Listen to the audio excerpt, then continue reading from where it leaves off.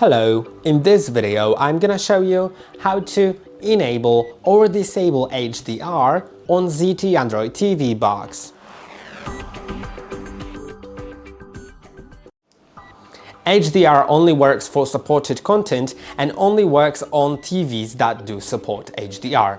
But if your TV does, and if you're watching content that supports HDR, you can click on Settings button on your remote, then go to Device Preferences. Now go to Display and Sound and go to Screen Resolution. Go down to HDR Policy and you can set it to Always HDR or Adaptive HDR.